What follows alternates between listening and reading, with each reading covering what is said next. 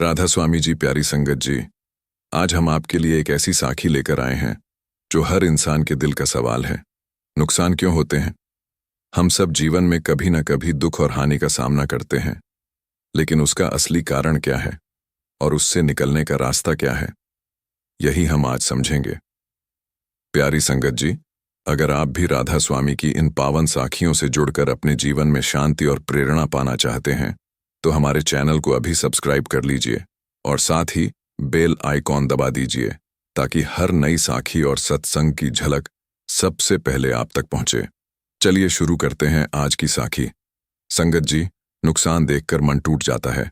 लोग सोचते हैं किस्मत खराब है, ग्रह खराब हैं, लोगों ने धोखा दिया। लेकिन संत महापुरुष समझाते हैं ये सब हमारे अपने ही कर्मों का परिणाम है। जो बीज हमने बोए थे, आज वही फल मिल रहा है। कर्म का यह हिसाब इतना बारीक है कि इंसान समझ नहीं पाता, लेकिन प्रभु और गुरु के दरबार में कुछ भी अन्याय नहीं होता। एक नगर में एक व्यापारी था, नाम था रामलाल। बहुत मेहनती, ईमानदार, लेकिन अचानक उसका व्यापार डूबने लगा। एक के बाद एक घाटा होता गया। माल खराब निकला, साझेदार ने धोखा दिया, बाजार में मंदी आ गई। रामलाल ने लाख कोशिश की, लेकिन हालत और बिगड़ती गई। उसका परिवार भी चिंता में था।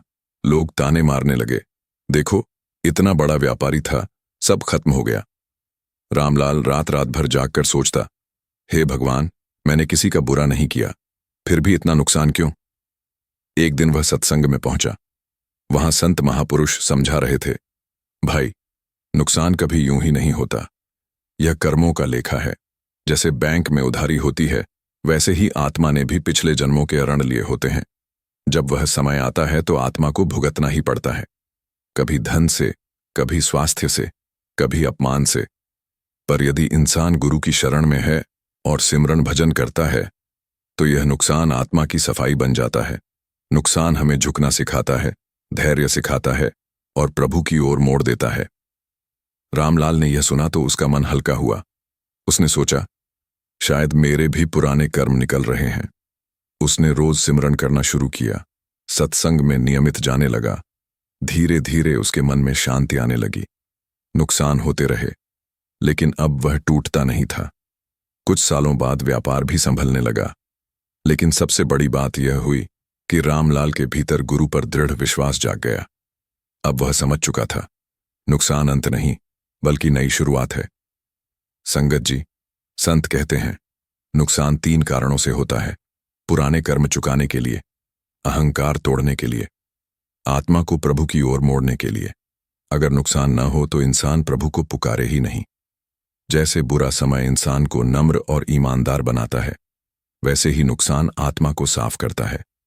इसलिए सत्संग सिमरन के सहारे हर नुकसान को प्रभु की कृपा मानना चाहिए।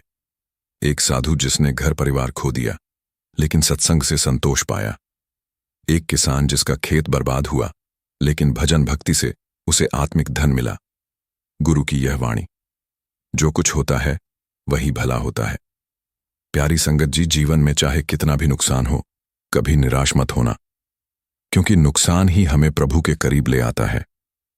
जैसे अंधेरा हमें प्रकाश का महत्व सिखाता है, वैसे ही नुकसान हमें सत्संग सिमरन की ओर धकेलता है। इसीलिए हर नुकसान को कृपा मानकर गुरु की शरण में रहना ही सच्चा उपाय है।